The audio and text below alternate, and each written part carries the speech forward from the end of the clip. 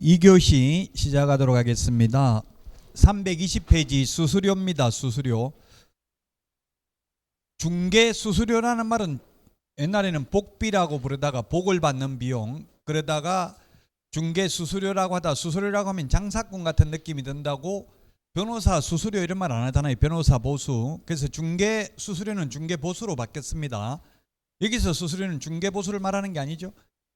그냥 수수료입니다. 이제 돈 내는 거. 이거는 뭐가 있냐면 응시수 시험 보려면 여러분들 수수료 내야 됩니다. 28,000원 냈습니다. 작년에 1, 2차 같이 보면 응시수수료인데 시도조례입니다. 응시수수료는 시험을 시도의사가 원칙적으로 실시하니까, 다만 국토부 장관이 직접 실시한 적은 한 번도 없는데 국토부 장관이 실시한다면 국토부 장관이 결정 공고하는 수수료고요.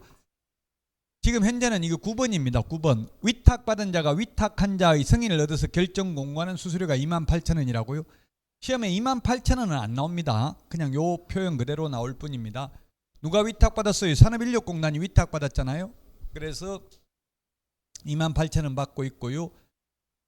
그 다음에 자격증 재교부는 교부한 시도의사가 재교부합니다. 뿌린 자가 거두리라. 여러분들이 만약에 경기도지사한테 자격증 받았으면 서울 가서 중개업 받으라도 분실하면 경기도지사한테 와야 됩니다. 작년에 학교 가신 분 중에서 천안에 거주하신 분이 서울시 자격증 받고 싶은데 어떻게 하면 됩니까? 묻더라고. 이미 합격자 발표 나고 나서. 그래서 제가 한국산업인력공단 거기 나의 정보수정 그 홈페이지에서 로그인 해가지고 나의 정보수정에 주소를 2개를 입력해요. 주민등록상 주소, 실제 거주 주소 2개를 입력하는데 주민등록상 주소지 시도의사 명의로 나와요. 그 서울로 변경해가지고 서울시 거 받았다고 연락 왔더라고요.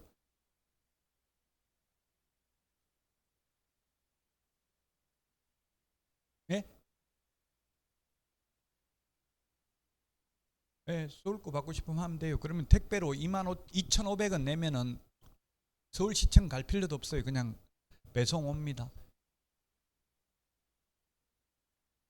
응시한 장소하고는 상관없어요. 왜냐하면 옛날에는 제가 시험을 8회 때부터 봤다고 했잖아요. 옛날에는 응시한 시도의사 명의로 줬어요. 그러다 보니까 수도권 교통대란이 일어났어요. 인천하고 경기도에서 전부 서울로 시험 보러 나가는 거예요. 서울시 자격증 받으려고.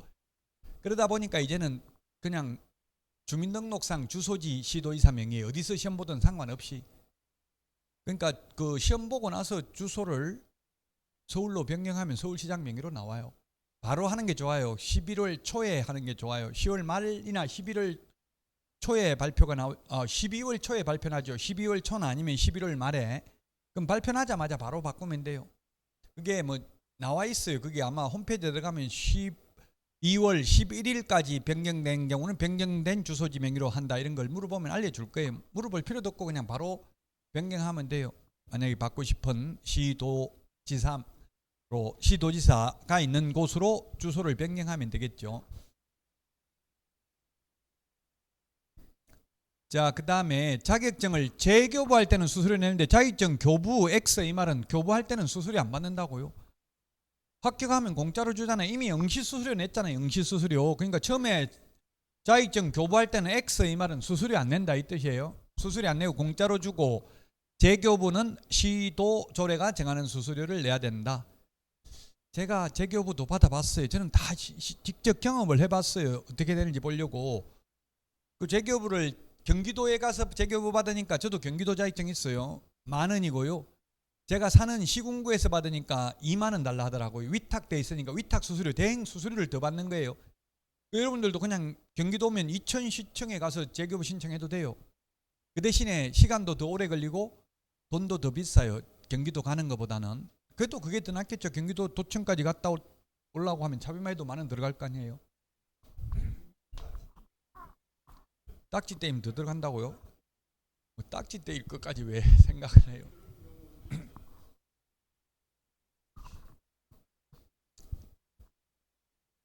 오늘 눈 와가지고 주 안 받는 거 아니에요? 도로 이게 주차비 받아요? 다 붙었어요?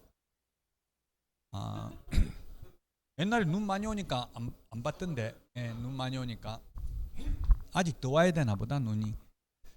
지금 계속 눈 오고 있어요. 지금도 지금 갈 때 조심하셔야 될 것 같아요.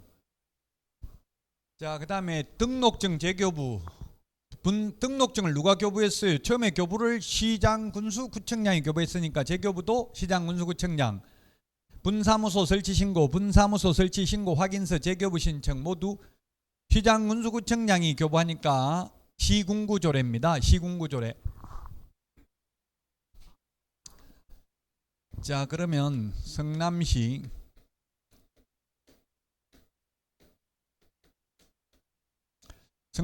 분당구에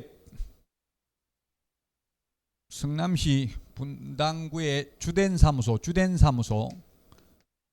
사무소가 있고요. 그러면 만약에 이천시에 분사무소가 있다면 이천시에 분사무소를 둔다면 어느 시군구 조례가 정하는 수수료를 내야 됩니까? 본사가 성남시 분당구에 있고 이천시에 분사무소를 설치하려면 이천시 조례가 정하는 수수료를 내야 된다. 성남시 조례가 정하는 수수료를 내야 된다. 경기도 조례가 정하는 수수료를 내야 된다. 분당구 조례가 정하는 수수료를 내야 된다. 답은 이천시 X, 네? 분당구 X, 분당구 조례 X, 경기도 조례 X. 남은 거 하나 남았네요. 성남시 조례죠. 분당구는 조례가 없습니다. 분당구는 비자치구니까 조례가 없다고요. 분당구는. 그래서 성남시 조례입니다. 시군구라고 했을 때 비자치구는 조례 제정권이 없고 자치권이 없으니까, 그래서 성남시 조례가 정하는 수수료를 내고 신고도 성남시에 신고는 분당구에 신고하죠. 우리 암기 프린터 4번에 맨 밑에 세 번째 까만 별표 분사무소 설치 신고, 이전 신고, 분사무소에서 사용할 인장 등록 전부 주된 사무소 등록관청이라고 돼 있죠. 암기 프린트 4번에 세 번째 까만 별표. 이런 유형이 요즘은 시험을 이렇게 사례 중심으로 좀 사고력을 묻는 문제가 많이 나와요. 단순히 그냥 암기하는 것보다는.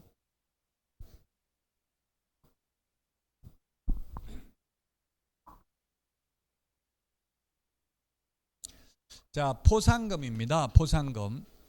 포상금 제도를 보고 미국에서 워싱턴 포스트지에 뭐라고 나왔냐면 한국은 사우스 코리아 조직적으로 스파이를 양성하는 국가다 이렇게 했습니다.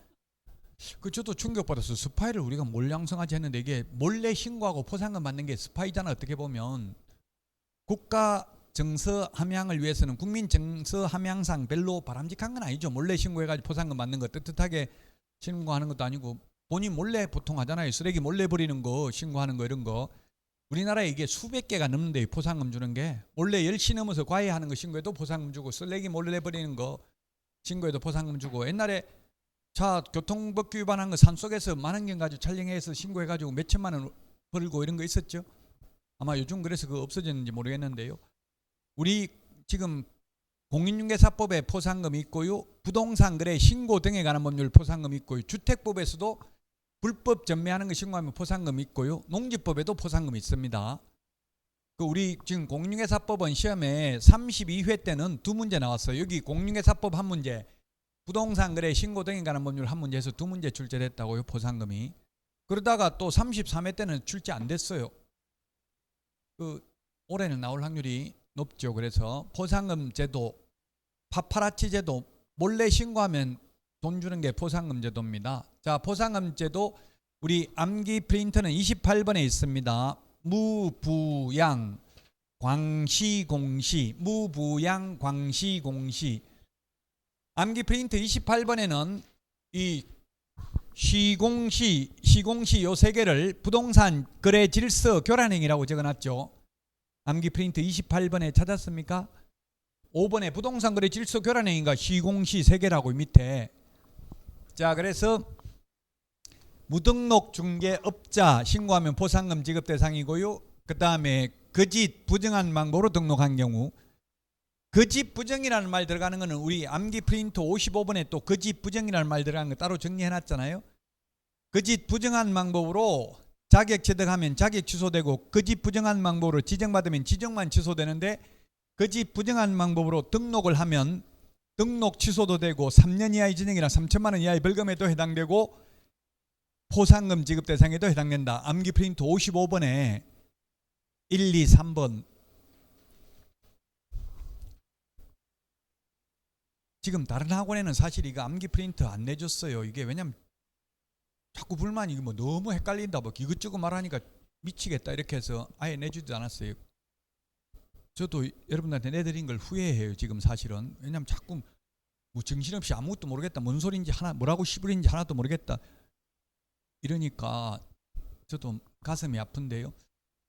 너무 슬퍼하거나 노여하지 말라고. 지금 당장 해야 되는 게 아니고 시험 볼 때까지 하면 돼요. 제 생각에는 한 번이라도 더 여러 번 보면 더 낫다 생각하고 처음부터 내드렸는데, 결코 바람직한 일은 선악을 구분할 수는 없어요. 저는 다른 학원에는 원장님이 이거 지금 내주면 헷갈려가지고 안 된다고 못 내주게 하더라고요. 근데 우리 원장님은 뭐 아무거나 주면 못하다고는 안 하니까 그냥 때리긴 했는데,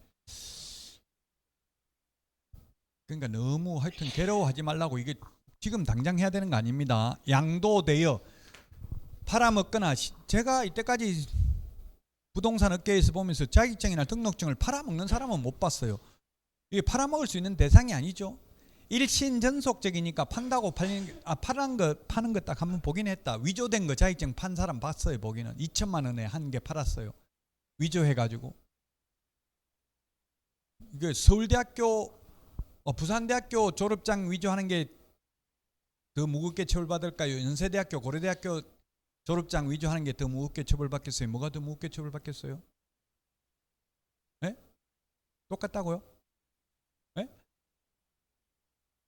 예, 부산대학교 졸업장 위조한 게 훨씬 무겁게 처벌받아요. 공문서 위조입니다.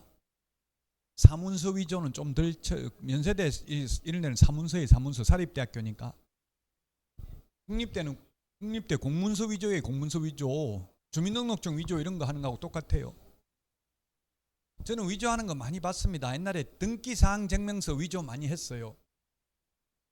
저는 어릴 때 그 충격 받았어요. 그걸 뭐 하면 바늘로 가지고 구멍 뚫고 있더라고. 등기사항 증명서. 그 뭐냐면 얼굴에 보면 근저당 설정된 거, 대출 받은 거 앞에 선순위 다 지워버리고 화이트로 다 지우고 복사해가지고 복사한 거에다가, 옛날에는 그 바늘 구멍처럼 구멍 뚫어가지고 이렇게 주잖아요. 그게 뭐라고 하지? 그 등기소에서 직이 뭐 찍는 거, 그게 구멍이 뚫려요 종이에. 그러니까 바늘로 가지고 구멍 뚫고 앉았더라고. 뭐 하는데요 하니까 아무것도 아니라면서 숨기던데, 나중에 보니까 그 위조해가지고 사기. 그 또 대출, 또 은행에 가서 또 대출하면 또 더 내줬어요. 옛날에는 선순위 다 지워버리고 깨끗하니까. 그 공문서 위조입니다. 무겁게 처벌받는다고요. 그래서 어쨌든 결론은 위조된 자격증 그 팔아먹어가지고 한 개에 2천만 원, 또 딸 2명인데 아버지가 하나는, 두 번째는 800만 원 사서 자꾸 깎아달라 해가, 두 번째 사니까 싸게 해달라 해가지고 800만 원에 팔아먹는 것 보기는 봤어요. 그것 때문에 지금은 이제 위조할 수도 없는 게, 지금은 아예 자격증 직접 등록관청이 시도의사에게 자격증 지진 여부를 확인한다. 즉 제 주민등록번호 넣으니까 다 뜨더라고. 자격증 언제 땄는지 이게 다 전산에 떠요 이제 요즘은. 그러니까 위조할 수도 없어요. 위조된 거 등록도 못해요. 대여 빌려주는 거는 제가 많이 봤습니다. 대여 빌려주는 거는 지금도 여러분들 합격하고 나면 모집하는 데 보면 자격증 걸고 하라는 데 많아요. 그 자격증 걸고 직접 계약서 쓰면 그거는 양도대여는 아니라는 게 판례예요. 자격증 있는 사람 같이 근무하면, 근무 안 하고 자격증만 빌려주면 문제되죠. 근무하면서 직접 자격증 있는 사람이 계약서 쓰면 돼요. 그래서 솔직히 말하면 연세 많으신 분들이 취직하려면 자격증 걸고 하는 수밖에 없어요. 그냥은 하기 쉽잖아요. 왜냐면 사장들이 자기보다 나이 많은 사람을 직원으로 쓰려고 하지는 않거든요. 통상적으로 그렇더라고. 저도 면접 볼 때는 얼굴 보고 다 합격했다가 나중에 주민등록 등본 떼오라니까 다 잘려서 갔더니 나이 왜 많이 처먹었냐 이렇게 하고 다 안 받아주더라고. 그래서 되게 서럽더라고. 나이 먹은 것도 억울한데 지금 나이 많다고 안 받아주니까. 여러분들도 사람 뽑을 때 뭐 용모, 옛날에는 제가 할 때 그런 용모 방정한 미혼 여성 이런 거 그 적어 놓으면 남녀 고용 평등법에 저촉됩니다. 법 위반이에요. 그런 거 적으면 안 돼. 그냥 오면 뭐 결혼했냐 물어보고 결혼했으면 안 뽑으면 되지. 괜히 처음부터 결혼 안 한 사람만 뽑는다. 옛날 은행 같은데 그랬잖아요. 옛날에. 그렇게 하면 이제 남녀 고용 평등법 위반으로 처벌받습니다. 용모 방정하다 이런 거 적으면 안 돼요. 그 차별이거든요. 그런 거. 그냥 뽑을 때 자기가 그런 사람 뽑으면 되는 거지. 굳이 그 공고문에다 그런 거 올리면 잡혀간다고요. 요즘에는. 자, 양도 대여 빌려주는 거 신고하면 포상금, 빌린 사람 빌려준 사람 다 처벌받습니다. 똑같이 포상금 받습니다. 신고하면. 개업공개사가 아닌 자가 강구하는 경우, 저는 이거 많이 봤습니다. 컨설팅 업자가 그 유리창에 보니까 부동산, 매매, 임대차 이렇게만 적어놨어. 중개라는 말을 적으면 안 되거든요. 개업공개사가 아닌 자가 중개, 부동산 이런 말 적으면 안 되거든요. 그러니까 아파트, 부동산도 안 적어놓고 아파트, 매매, 임대차, 교환 이런 거만 유리창에 적어놨어요. 그래서 제가 자격증 있냐 물어보니까 없다더라고요. 자격증 없는데 하면 위험하지 않냐 이러니까 전혀 안 위험하다. 우리는 법무사 사무실에 가서 계약서를 쓴다 이렇게 하더라고요. 컨설팅 업자더라고요. 그런 식으로 해가지고 만약에 중개대상물에 대한 표시 광고를 하면 임대문의 이런 거 적어놓으면 1년 이하의 징역이나 1,000만 원 이하의 벌금이고 포상금 지급 대상입니다. 요건 3년 이하의 징역이나 3천만 원 이하의 벌금, 양도 대여하면 1년 이하의 징역이나 1,000만 원 이하의 벌금, 부동산 거래 질서 교란 행위 3년 이하의 징역이나 3천만 원 이하의 벌금입니다. 개업 공개사가 거짓으로 계약이 성립된 것처럼 꾸미는 등 시세에 부당한 영향을 미치는 행위를 한 경우, 단체 구성은 이외의자와 공동중개 제한, 왕따시키는 경우, 그 다음에 누구든지 시세에 부당한 영향을 미치는 행위를 한 경우, 높은 가격으로 표시광고를 유도하여 개업공개사의 정당한 표시광고를 방해하는 행위, 이런 것들이 되겠습니다.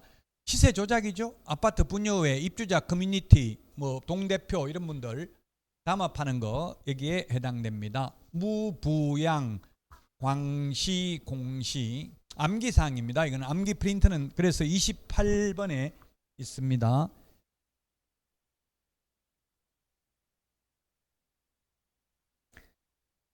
우리 기본서는 323페이지 그 박스에 7번까지 있죠. 7번까지가 저는 5번까지 적어놨는데 5번에 3개 있잖아요. 3개 하면 결국 7번이나 마찬가지죠. 법조문에는 이렇게 5번까지 돼 있어요. 우리 책은 풀어가지고 7번까지 적어놓은 거고요. 다 같은 내용입니다. 자, 324페이지 포상금 지급 절차입니다. 포상금 지급 절차 맨 위에 동그라미 1번 두 번째 줄, 포상금은 등록관청만 지급합니다. 등록관청이 지급한다. 자, 그 다음에 양가로 2번 포상금 지급인데 결정일로부터 동그라미 1번 요 칠판에 결정일로부터 1개월 이내에 포상금을 지급한다. 그 다음에 2번 포상금은 한 건당 50만 원, 칠판에 다 정리를 해놨습니다. 한 건당 50만 원입니다. 포상금은. 그 다음에 동그라미 니은 국고에서 100분 50을 보조할 수 있다. 100분 50, 50%까지 50만 원 중에서 25만 원은 25만 원까지 최대 국고에서 보조할 수 있다. 국고에서 보조할 수 있습니다. 시험에 협회에서 보조할 수 있다. 시도지사가 보조할 수 있다. X. 저기 포상금 지급권자는 등록관청이라고 적어놨습니다. 등록관청. 자, 그 다음에 맨 밑에 양가로 3번 수인이 신고 고발한 경우, 수인. 이게 한자를 안 적어 놓으니까 수인이 무슨 말인지, 뭐 수인이라고 하면 재수일 수도 있잖아요. 재수할 때 숫자일 수도 있고. 그런데 여기서 수인은 여러 명이라는 뜻이에요. 여러 명. 자, 동그라미 1번 하나의 사건에 2인 이상이 공동으로 신고한 경우, 여기 있네. 2인 이상이 공동으로 신고하면 균등 배분. 국가에서 돈 나가는 거는 50만 원이라고 했으면 절대로 50만 원을 초과할 수는 없어요. 그러면 10명이 신고했다고 각각 50만 원 주는 게 아니라 5만 원씩 나눠준다고요. 단 배분 방법에 관하여 합의를 해오면 합의된 방법에 따라 지급합니다. 10명이면 9명 만 원씩 받고 나머지 1명 41만 원 받기로 약속해오면 그대로 줍니다. 어차피 등록관청 입장에서는 50만 원 나간 거니까. 그 다음에 각각 324페이지 맨 밑에 각각이 아니라 두 건 이상이 접수된 경우, 두 건 이상. 두 건 이상이 접수됐으면 한 명이 한 달 전에 신고했는데 또 돈 받았다는 소리 듣고 또 한 달 후에 또 신고하고 하면 계속 주는 게 아니라 한 명 먼저 받아가면 끝이에요. 같이 동시에 여러 명이 오면 누가 먼저 왔는지 모르니까 균등하게 나눠서 주는 거고요. 여러 건수가 접수됐으면 이미 먼저 접수한 사람 받아갔으면 뒤에 온 사람 한 푼도 못 받는다고요. 최초로 신고 고발한 자에게만 지급합니다.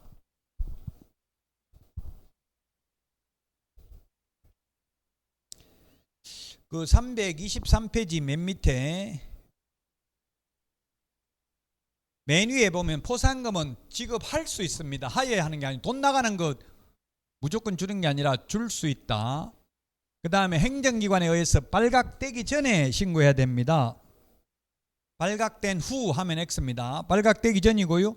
323페이지 박스 밑에 양가로 2번 공소제기 또는 기소유예입니다.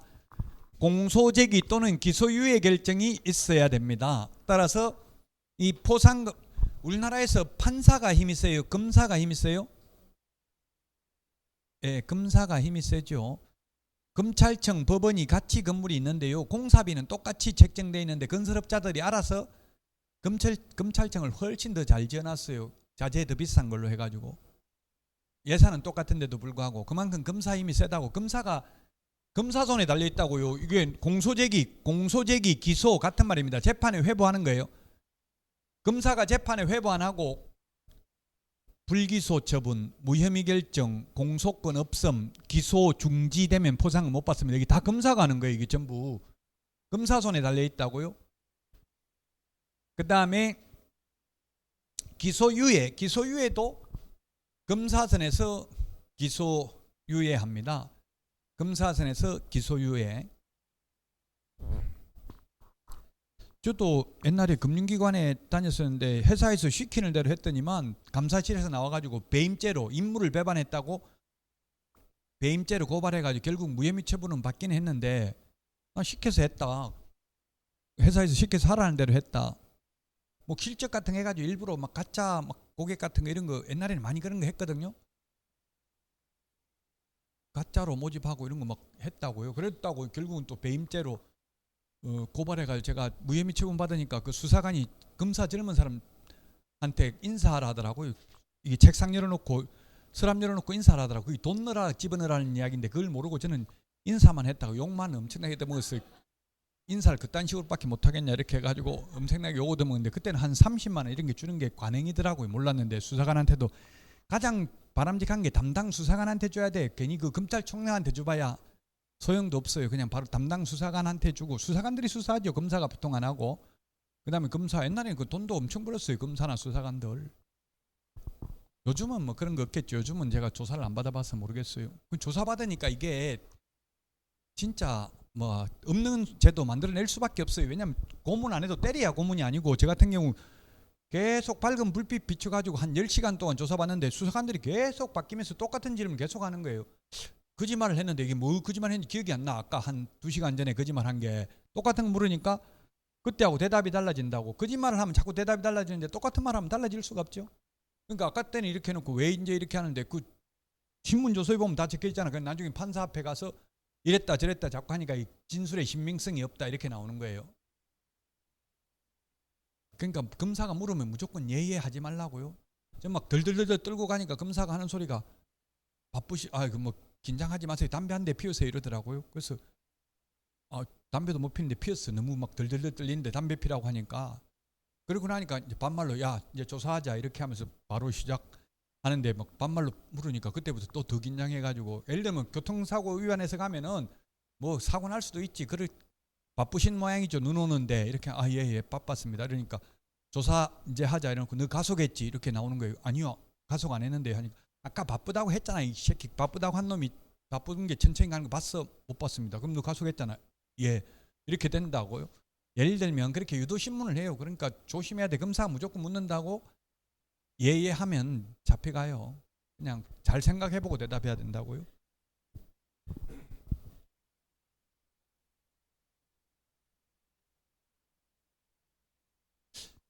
자, 그래서 이게 포상금 지급 안 하는 거, 공소권 없음, 불기소 처분, 기소중지, 검사가 무혐의 처분. 그러나 판사는 아무 힘이 없다고 했어요. 무죄 판결. 판사가 무죄 판결해도 검사가 재판에 회부했으면 포상금 준다고요.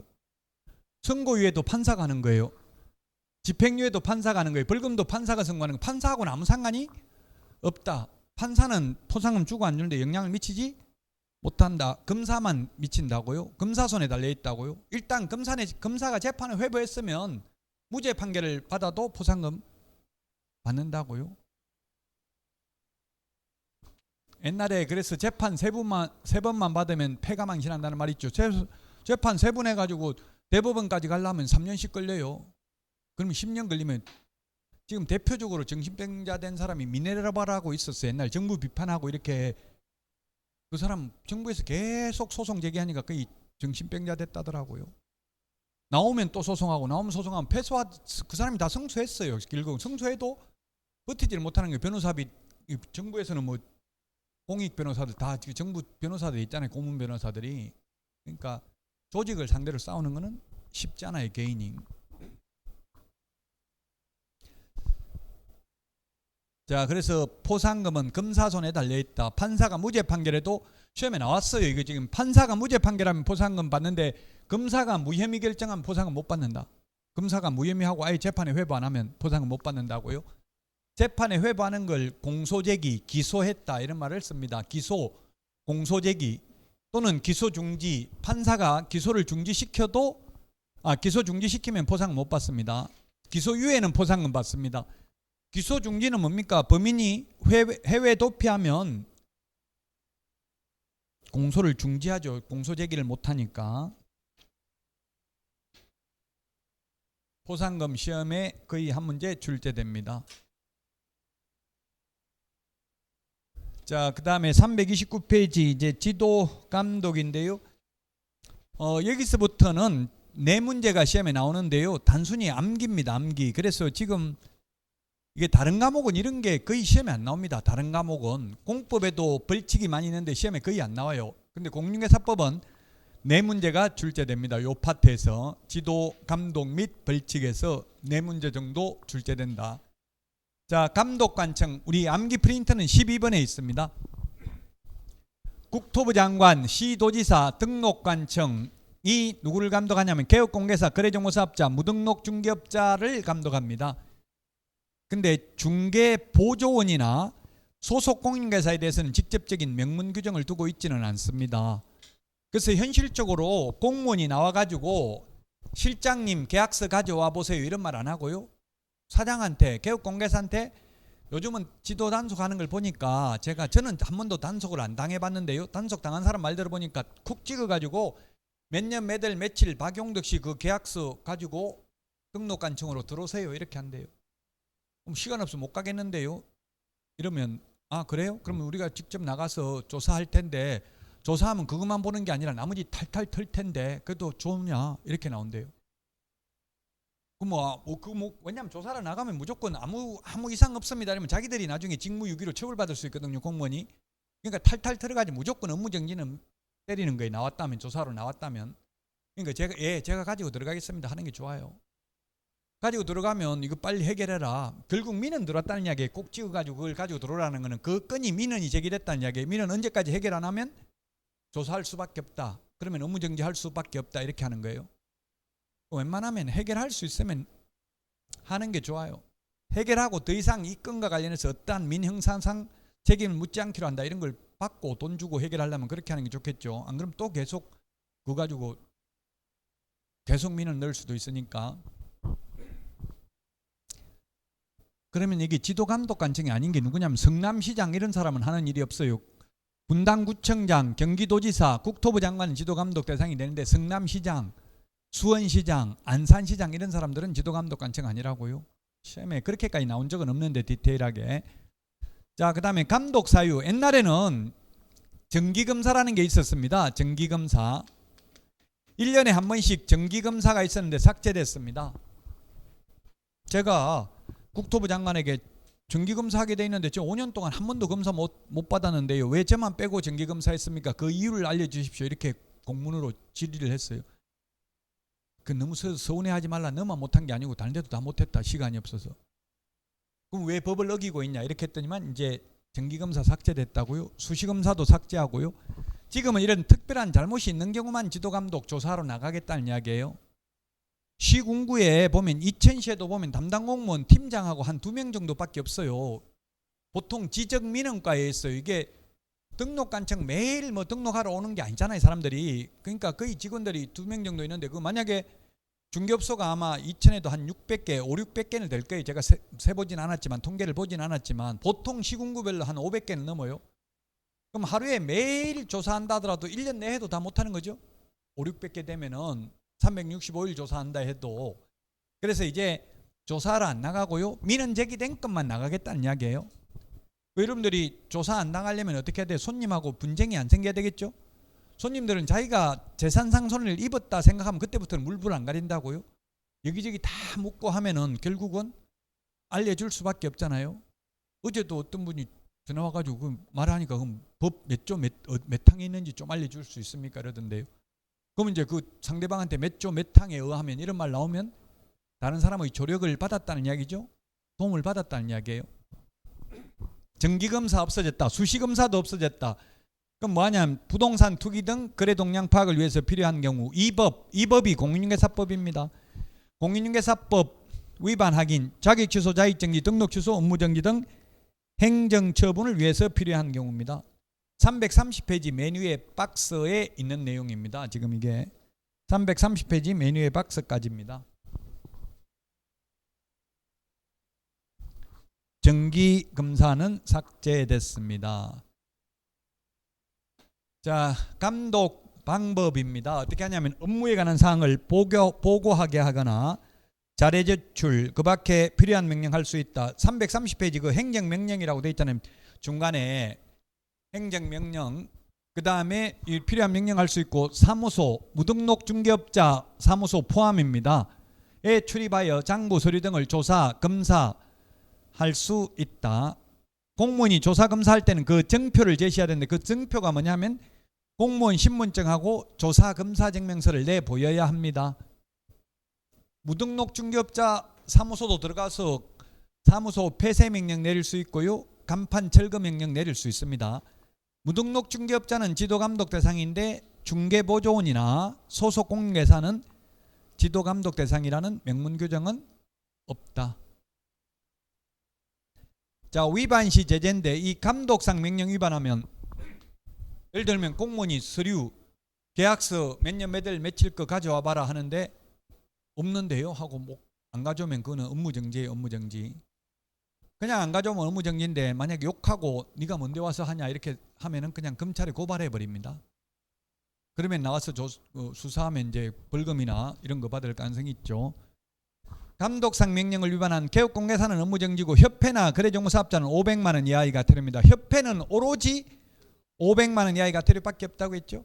거래정보사업자는 과태료는 500만 원 이하의 과태료밖에 없어요. 100만 원 이하의 과태료는 없어요. 거래정보사업자는. 왜냐하면 거래정보사업자는 협회는 법인이기 때문에 돈이 많으니까 500만 원 이하의 과태료, 개인 개업공개사는 돈이 없으니까 100만 원 이하의 과태료가 대부분이라고요.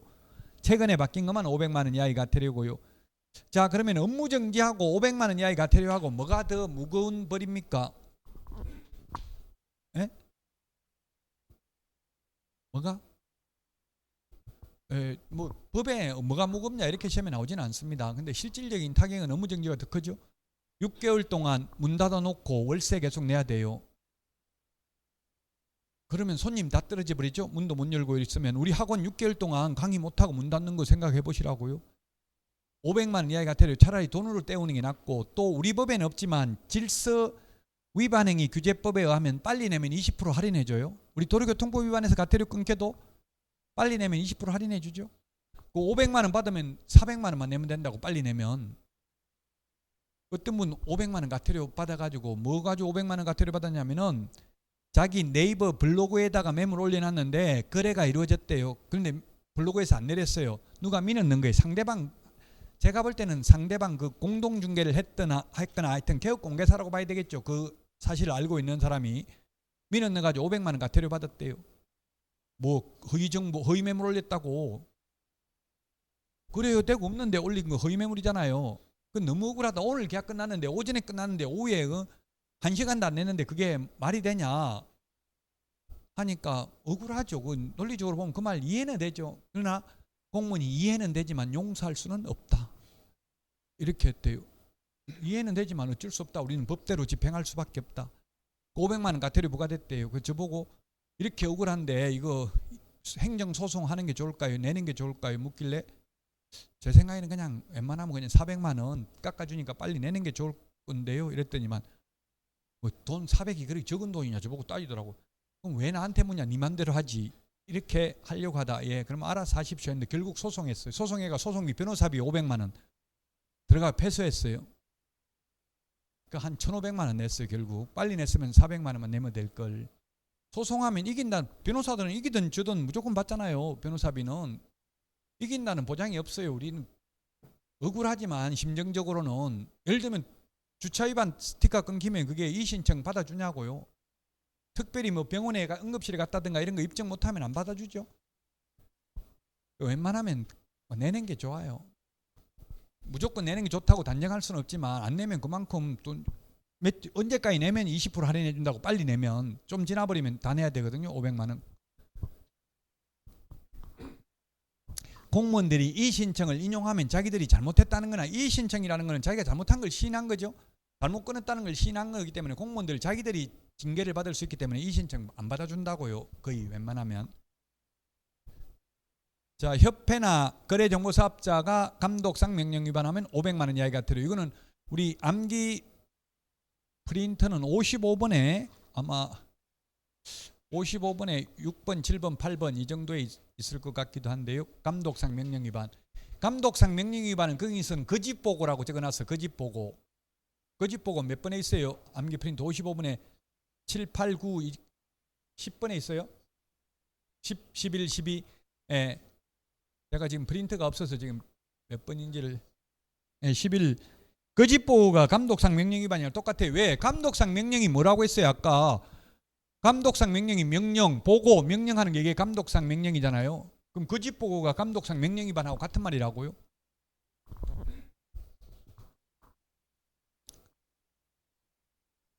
암기 프린트 55번에 10번, 11, 12 같은 말이라고요? 거짓보고나 감독상 명령 위반이나?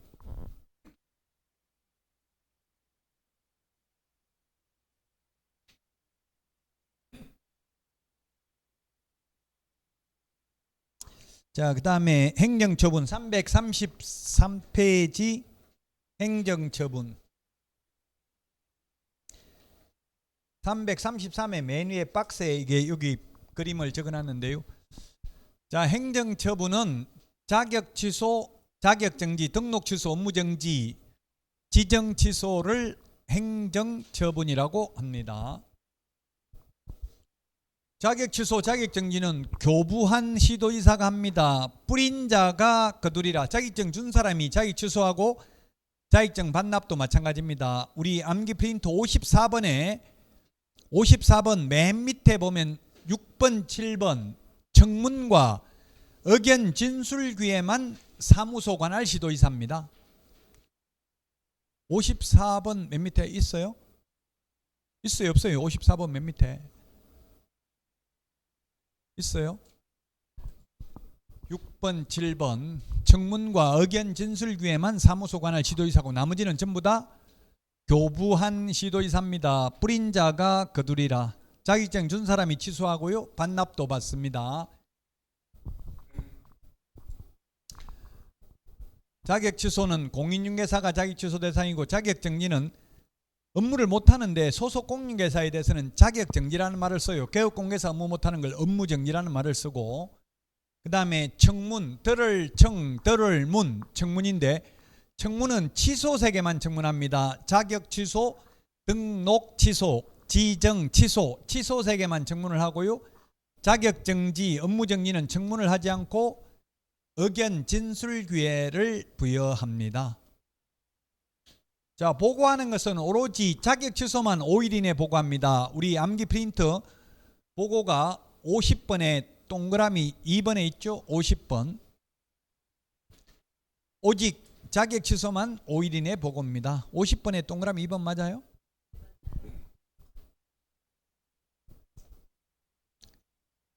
예, 맞는지 안 맞는지 말해주세요. 제가 왜냐면 프린트를 안 보고 하기 때문에 틀릴 수 있어서 물어보는 거예요.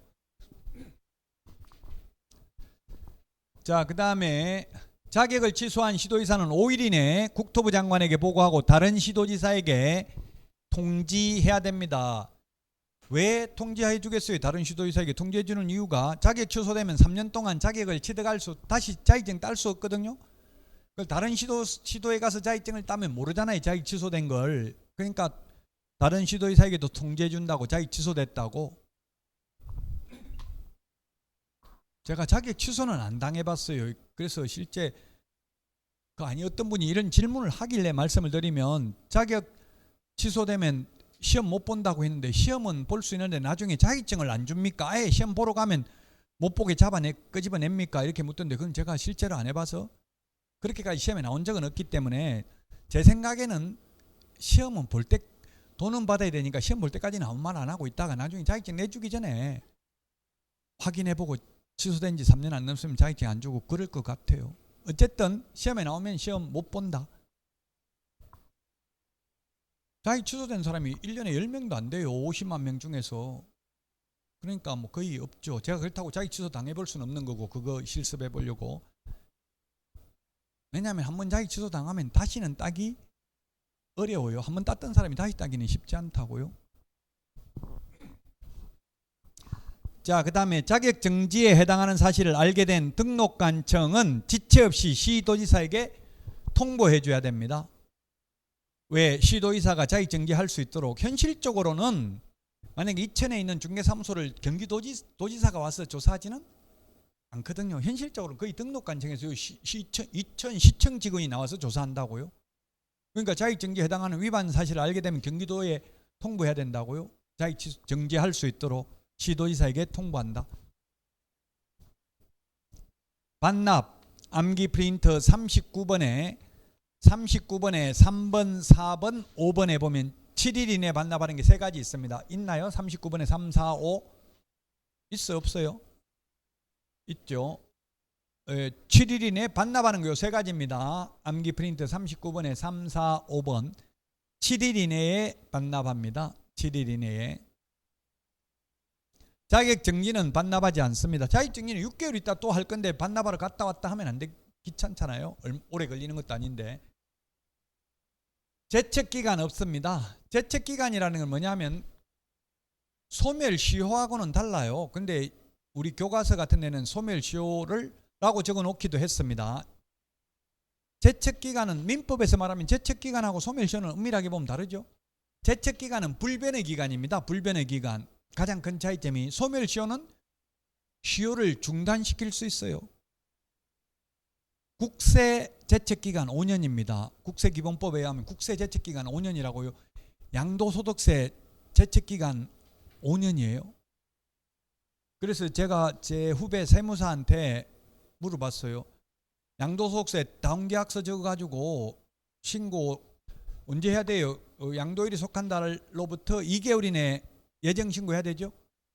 그러면 아니면 그 다음 5월 달까지 확정 신고해야 되잖아요.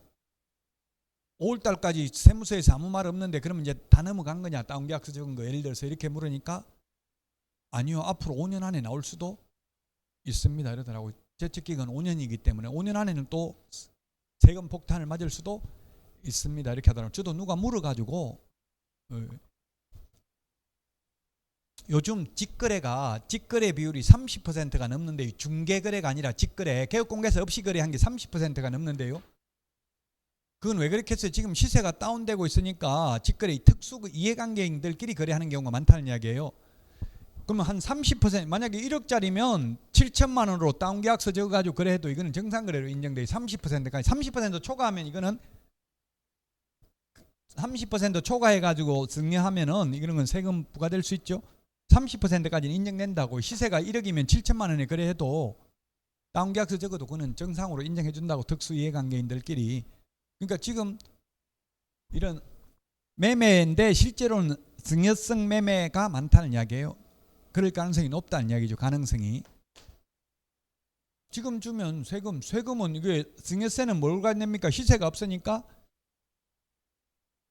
공시지가 이제 정확하게 말하면 시가표준액, 지방세 시가표준액이고 지방세는 국세는 기준시가인데 기준시가나 시가표준액에는 사실상 다 개별 공시지가를 기준으로 하죠. 근데 표현을 조금 달리 하고 있는데요. 그러니까 이렇게 쌀 때 넘겨주면 세금이 더 적잖아요. 자식한테 준다든지 하면 살아서 주는 게 정해져 죽어서 주는 게 상속이고, 저는 줄 돈도 없지만 있다 하더라도 살아서 다 주면 자식들이 좋아해요, 안 해요? 1시간 정도 좋아해요. 딱 1시간. 1시간 지나면 또 끝이에요. 또 뭐 달라고 그래요. 제가 아는 사람, 제 친구도 보니 그렇더라고. 막 인상 쓰고, 자식들이 와가지고 인상 쓰고 명절에 있어가지고 왜 그러는데 물어보니까 아파트 중도금 내야 되는데 돈이 없어 대출도 안 되고 죽겠다. 그 나중에 이거 누구 재산 될 건데 그렇게 하니까 나중에 필요 없다. 주려면 지금 필요할 때 줘야지 뭐 나중에 뭐 주면 뭐하냐 이렇게 해서 다 줬다 하더라고요. 주고 나서 지금 뭐 돈이 없어서 죽으려고 그래. 안 주면 맞아 죽고 주면 굶어 죽고 골치 아파요. 그래서 자, 자격 취소 되면 3년 동안 자격증을 딸 수도 없고 취직도 안 되고 개업도 안 됩니다. 자격 정지 6개월 범위 내에서 되면 그 기간 동안 취직도 안 되고 개업도 안 됩니다. 자격 취소 요건에 해당되면 반드시 해야 됩니다. 자격 정지는 할 수 있습니다. 제가 이거 자격 취소 반드시 해야 된다 많이 건의를 하고 있는데요. 자격증 빌려주면 1년 이하의 징역이나 1,000만 원 이하의 벌금에도 해당되고요. 또 반드시 취소해야 된다. 근데 변호사, 공인회계사는 자격 취소가 없어요. 아무리 잘못해도. 변호사법 위반으로 징역 선고받아도 자격 취소 안 돼요. 옛날 대전 법조비리 이순호 변호사라고 있었어요. 그분 변호사법 위반으로 구속됐는데도 지금 변호사하고 계셔요. 그래가지고 오히려 MBC 상대로 명예훼손으로 10억씩 손해배상 받았어요. 명예훼손이라는 건 진실을 진실대로 말해도 명예훼손 되죠. 공공연하게 사실을 적시해서 명예를 훼손하면. 그 뒤로부터 이제 요즘 텔레비전에 전부 다 얼굴 모자이크 처리해가지고 나오죠. 잘 모르게. 그런데 징역 벌금도 부과하면서 또한 자격을 반드시 취소해야 된다. 이게 좀 형평성에 어긋난다. 다른 변호사 자격증은 취소도 없는데 이렇게 하니까 국토부에서는 너무 심려치 마십시오. 1년에 10명도 안 됩니다. 이렇게는 이야기하고 있는데 논리적으로 보면 바람직하잖아요. 취소할 수 있는 재량권이 있는 게 아니고 무조건 취소해야 돼요. 걸리면 이게 자격 취소 요건에 해당되면.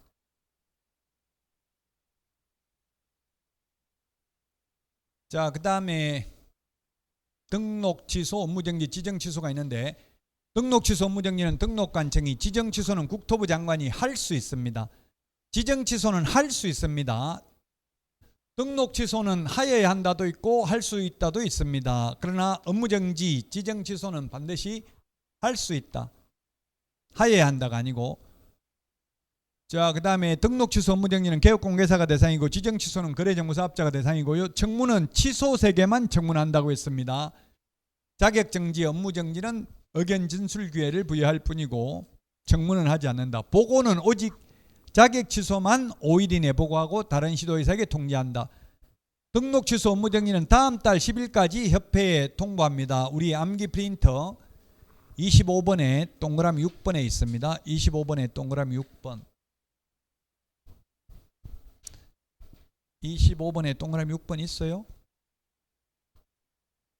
다음 달 10일까지 협회에 통보합니다. 그냥 무슨 말인지 몰라도 프린트에 그냥 색칠이나 해놓으세요. 그럼 다음 달에 또 보면 색칠되어 있는 거 또 한 번 보고 또 한 번 보고 계속 보다 보면 이게 뭐지 하다가 보면은 알게 돼요. 어느 날 갑자기. 거듭되는 고통을 받아야 됩니다. 아무리 공인중개사법 쉽다고 해도 날로 먹으려고 하면 점수 안 나와요. 그러니까 시간을 자꾸 투자해야 되죠. 따로 공부 안 해도 됩니다. 공인중개사법은 그냥 수업만 열심히 듣고 있으면 돼요. 지금 중요한 건 민법, 부동산 학개론 1차에 시간 많이 투자해야 돼요. 1, 2차 같이 하시는 분들은. 자, 반납은 우리 암기 프린트 39번에 3, 4, 5번에 있는데 취소 3개만 7일 이내에 반납한다. 제척기간은 오로지 업무정지만 제척기간 3년 있습니다. 업무정지만 그 사유가 발생한 때로부터 3년 지나면 업무정지 처분 못합니다. 업무정지만 제척기간이 있습니다. 국세제척기간 5년이라고 했죠. 이는 중단시킬 수 없다. 무조건 3년 넘으면 업무정지 못한다. 예를 들면 계약서 5년 보존해야 되는데요. 계약서 보존 안 하면 업무정지예요. 근데 4년 만에 적발되어도 업무정지 안 당한다고요? 3년 넘었기 때문에. 등록 취소되면 3년 동안 취직도 안 되고 개업도 안 되고요. 업무 정지되면 그 기간 동안은 다른 데가 취직도 안 되고 개업도 안 된다. 지정 취소는 없고요. 지정 취소는 지정받기 어렵기 때문에 취소돼도 또 바로 지정받을 수 있습니다. 지정 요건이 뭐였습니까? 가장 어려운 게 5 빼기 2는 3. 예, 우리 암기 프린트 7번에 있죠. 5 빼기 2는 3. 전국적으로 500명 이상, 2개 이상 시도해서 각각 30명 이상 이용가입 신청하는 게 이게 쉬운 일이 아니잖아요. 아직 회사 차리기도 전에 먼저 개업공개사 500명한테 이용가입 신청을 받아야 된다고요. 나 거래정보사업자 될 텐데 회사 차릴 건데 등록증 복사해달라 하면 해줄 사람 있어요, 없어요? 회사가 이름 있는 회사라도 안 해줄 텐데 아직 회사 설립도 안 하고 먼저 등록증부터 받아야 된다고. 이게 불가능해요. 그래서 현재는 협회, 한국공인중개사 협회 하나밖에 없어요. 거래정보사업자가.